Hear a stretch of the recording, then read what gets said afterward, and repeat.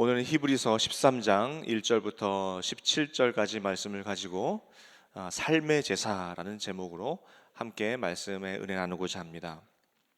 히브리서는 구약의 대제사장과 예수님을 비교하면서 예수님이 참 대제사장임을 보여주고, 그리고 또한 구약의 제사와 예수님께서 드린 제사를 비교하면서 예수님께서 자기 피로 스스로 제물 되셔서 단번에 드린 그 십자가 제사를 보여주면서 당시 초대교회의 극심한 신앙의 그 박해 속에서도 뒤로 물러가는 믿음이 아니라 보이지 않지만 볼 수 있는, 또 바라는 것들을 실상으로 볼 수 있는 그 믿음을 가진 자로서 어떻게 그러면 살아야 하는지 오늘 13장에서 히브리서를 결론 지으면서 보여주고 있습니다. 먼저 1절 2절에 형제를 사랑하고 손님을 대접하라 라고 말합니다. 형제를 사랑하고 손님을 대접해야 하는 이유는 그들도 역시 손님이었고 나그네였기 때문입니다. 신명기 10장 19절에 너희는 나그네를 사랑하라. 전에 너희도 애굽 땅에서 나그네 되었음이라. 우리도 이 미국 땅에서 그야말로 외국인으로, 나그네로 우리도 살아가고 있죠.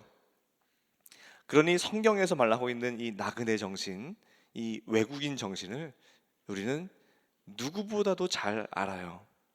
그래서 우리도 그 나그네 정신으로 형제를 사랑하고 나그네를 대접하는 그 명령을 마땅히 우리도 행해야 합니다. 우리도 나그네이기 때문입니다. 그리고 4절에 결혼의 귀함을 알고 간음하지 말라. 또한 5절에는 돈을 사랑하지 말고 있는 바를 족한 줄 알라라고 말씀하고 있습니다. 돈을 사랑하지 말고 있는 것을 족한 줄 알라라는 이 교훈, 우리에게는 참 힘들게 다가오기도 합니다. 왜냐하면 이 땅에서 물질이 없으면 살아갈 수 없기 때문에 그렇죠. 그런데 디모데전서 6장 6절에는 이렇게 말씀합니다. 그러나 자족하는 마음이 있으면 경건은 큰 이익이 되느니라. 우리가 세상에 아무것도 가지고 온 것이 없음에 또한 아무것도 가지고 가지 못하리니 우리가 먹을 것과 입을 것이 있은즉 족한 줄로 알 것이라. 부하려 하는 자들은 시험과 올무와 여러 가지 어리석고 해로운 욕심에 떨어지나니 곧 사람으로 파멸과 멸망에 빠지게 하는 것이라. 그러면서 우리가 잘 알고 있는 돈을 사랑하는 함이 일만하게 뿌리가 되나니 이것을 탐내는 자들은 미혹을 받아 믿음에서 떠나 자기를 찔렀도다. 이렇게 말씀하고 있어요. 먹을 것과 입을 것이 있으면 족한 줄로 알라라고 말씀하고 있는 것입니다. 돈을 사랑하는 것이 모든 악의 뿌리가 된대요. 그리고 이것이 자기를 찌르고 믿음에서 떠나게 했다라는 거예요. 그래서 우리가 참 이 땅에서 비록 쉽지는 않지만 한번 만족해 해보는 거예요. 자족하게 한번 해보는 거예요. 왜냐하면 하나님께서 이미 우리에게 너무나 많은 것을 주셨기 때문입니다. 그러면 한번 만족해 보는 거예요. 감사해 보는 것입니다. 이거 쉽지 않지만 한번 방법이 하나 있습니다. 그래서 하나님은 6절을 우리에게 주셨어요. 6절에 보니까 그러므로 우리가 담대히 말하되 주는 나를 돕는 이시니 내가 무서워하지 아니하겠노라. 사람이 내게 어찌하리요 하노라. 자, 바로 이것이 우리의 답이에요. 우리는 할 수 없어요. 우리는 잘 만족할 수 없고 이 삶의 위기가 닥쳐오면 우리는 사람, 돈, 관계, 누가 날 도와줄까 이런 거 찾을 수밖에 없어요. 그런데 이렇게 우리도 한번 선포해 보는 거예요. 주는 나를 돕는 이시니 사람이 내게 어찌하리요. 주는 나를 돕는 이시니 사람이 어찌하리요. 이거 한번 우리 다 같이 한번 선포로 한번 다 같이 한번 해볼까요? 주는 나를 돕는 이시니 사람이 내게 어찌하리요. 다시 한번요. 주는 나를 돕는 이시니 사람이 내게 어찌하리요. 자, 이렇게 한번 선포해 보시는 거예요. 어려움이 찾아올 때에 주님이 나를 돕는다, 너희들 날 함부로 못한다. 나는 하나님의 자녀이다. 하나님이 나를 돕고 계시다. 사람이 내게 어찌하리요. 이것이 선포를 하시길 바라요. 사람이 내게 어찌하리요. 주님이 나를 돕는 분이시다. 순간순간에 어려움이 찾아올 때에 이걸 꼭 외쳐보세요. 주는 나를 돕는 이시니 사람이 내게 어찌하리요. 꼭 기억해 보세요. 하나님께서 새 힘을 주실 줄로 믿습니다. 그리고 나서 오늘 말씀을 통해서 저자는 두 가지 제사에 대해서 말씀하고 있습니다. 첫 번째 제사는 찬송의 제사인데요, 오늘 10절에 보니까 저자는 예수님과 대제사장을 비교하면서 우리에게 제단이 있는데 장막에서 섬기는 자들은 그 제단에서 먹을 권한이 없다고 하면서 그 이유는 11절에 죄를 위한 짐승의 피는 대제사장이 가지고 성소에 들어가고 그 육체는 영문 밖에서 불사른다라고 했습니다. 구약에는 그 대제사장들이 백성의 죄를 다 대신해서 짐승의 피를 가지고 성소에 들어가고 그 제물인 동물은 영문 밖에서 불태우는 제사를 드렸습니다. 예수께서도 친히 대제사장이 되시고 그리고 동시에 제물 되셔서 우리의 죄를 대신하여 십자가에 달려 돌아가시고 죽으심으로 성소에 들어가셨는데, 예수 그리스도는 그의 피를 흘림으로 죽으셨고 그 육체는 실제로 영문 밖에서 죽임을 당하셨습니다. 영문 밖에서, 골고다 언덕 영문 밖에서 죽음을 당하셨어요. 성 밖에서 죽음을 당하신 거죠. 그런즉 우리도 그의 치욕을 짊어지고 영문 밖으로 나아가자라고 오늘 히브리서 기자는 말씀하고 있습니다. 영문 안, 이 예루살렘 성 안은 옛 언약, 율법, 유대교의 그 확실한 그 확립된 질서가 작동하는 곳이 성 안이라면, 이 영문 밖은 골고다 언덕이에요. 세상의 한 목판에 십자가를 세우고 치욕과 부끄러움을 다 짊어지고 십자가로 나아가자라는 그러한 강력한 도전입니다. 우리가 안정된 곳, 또 그냥 그 체계적인 그 질서, 그리고 그 전통, 때로는 나의 의, 그리고 율법에 갇혀 있는 것이 아니라 세상에 나가서 십자가를 꽂는 거예요. 세상에 나가서 십자가를 꽂아놓고 거기에 예수님께서 치욕을 짊어지고 죽으셨던 그 영문 밖에서, 그 영문 밖으로 우리도 나아가는 겁니다. 그럴 때에 우리 하나님께서 우리를 도우실 줄로 믿습니다. 그리고 14절에 여기에는 영구한 도성이 없다 그랬어요. 영구한 도성이 없다. 그러므로 장차 올 것을 찾나니, 즉 우리가 사는 이 세상은 영원한 곳이 아니죠. 장차 올 것, 즉 하나님 나라를 찾는 사람들이 바로 우리입니다. 그래서 15절에 그러므로가 나오는 거예요. 그러므로 우리는 예수로 말미암아 항상 찬송의 제사를 드리자. 이는 그 이름을 증언하는 입술의 열매니라. 즉 이 썩어져갈 세상에서 우리는 영원한 도성을 바라보며 그 구원의 은혜를 날마다 찬송하는 그 찬송의 제사를 드려야 한다는 것입니다. 예수님께서 희생 제사를 드리셨다면 우리는 그 보혈의 은혜에 감사하는 찬송의 제사를 드려야 합니다. 이것이 히브리서 저자가 말하는 첫 번째 제사, 찬송의 제사입니다.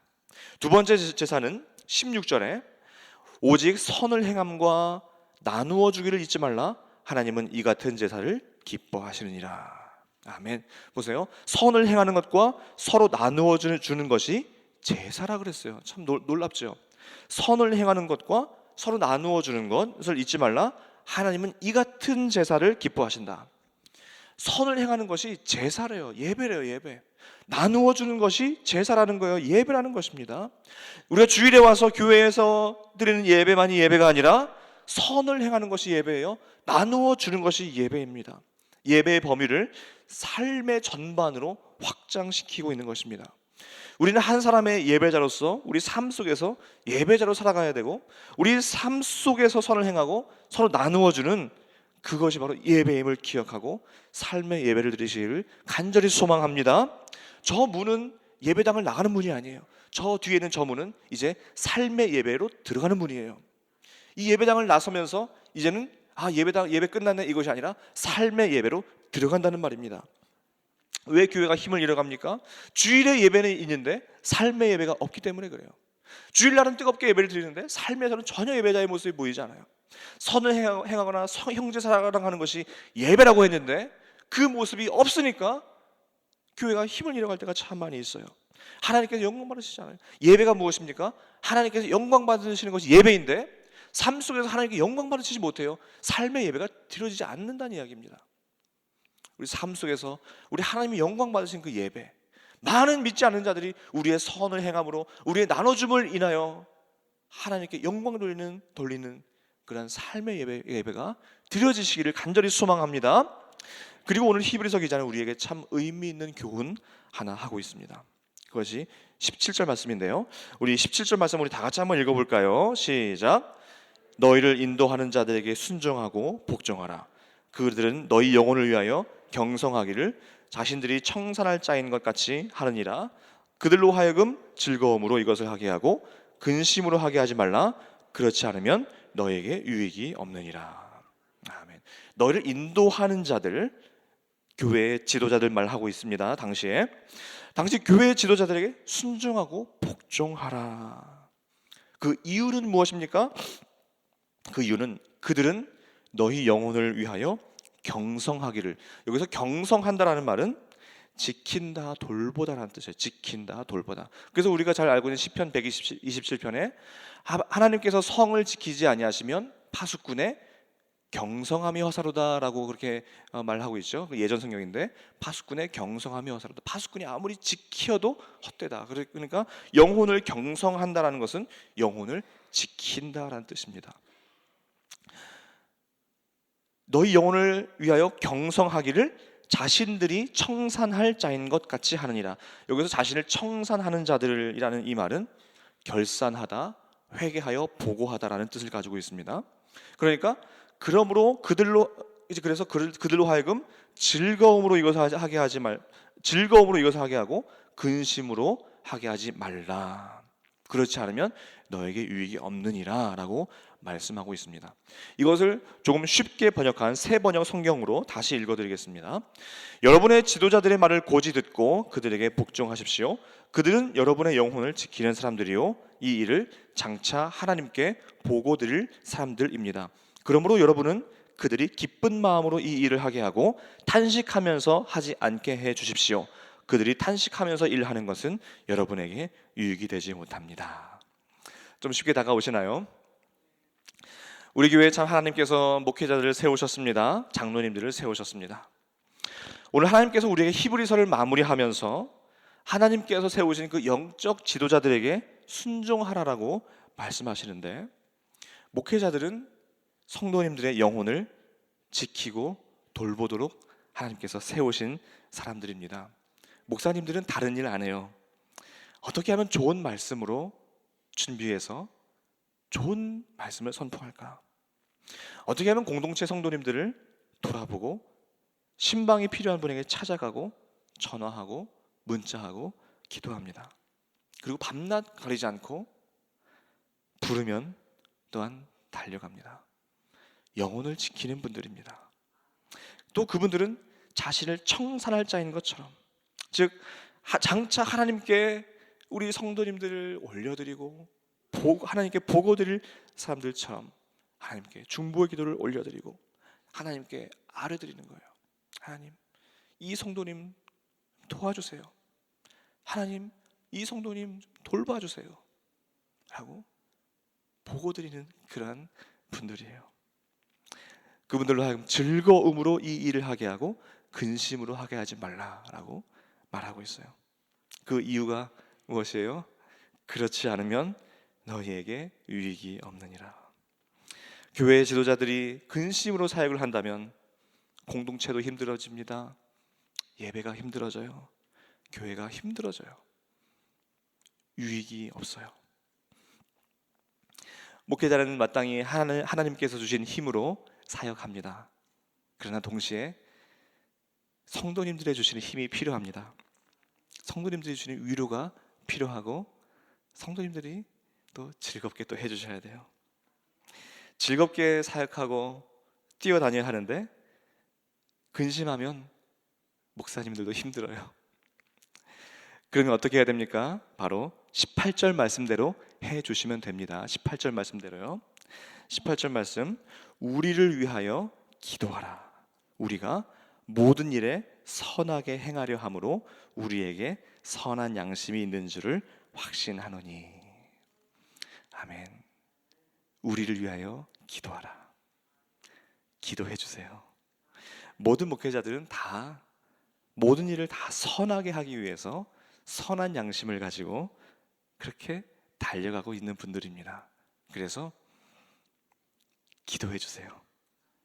우리 교회에 로이 기도회가 있습니다. 목회자들을 위해서 기도하는 모임이에요. 얼마나 감사한지 몰라요. 또한 중보기도부에서 날마다 목회자들을 위해서 기도하고 있습니다. 사단의 전략은 단순합니다. 목회자 무너뜨리는 거예요. 그 사단의 전략이에요. 우리는 전략을 알고도 당할 때가 참 많이 있어요. 목회자 무너뜨리면 너무나 쉬워요. 목회자 무너뜨리면 교회 다 무너지게 되어 있습니다. 기도해 주시기를 바랍니다.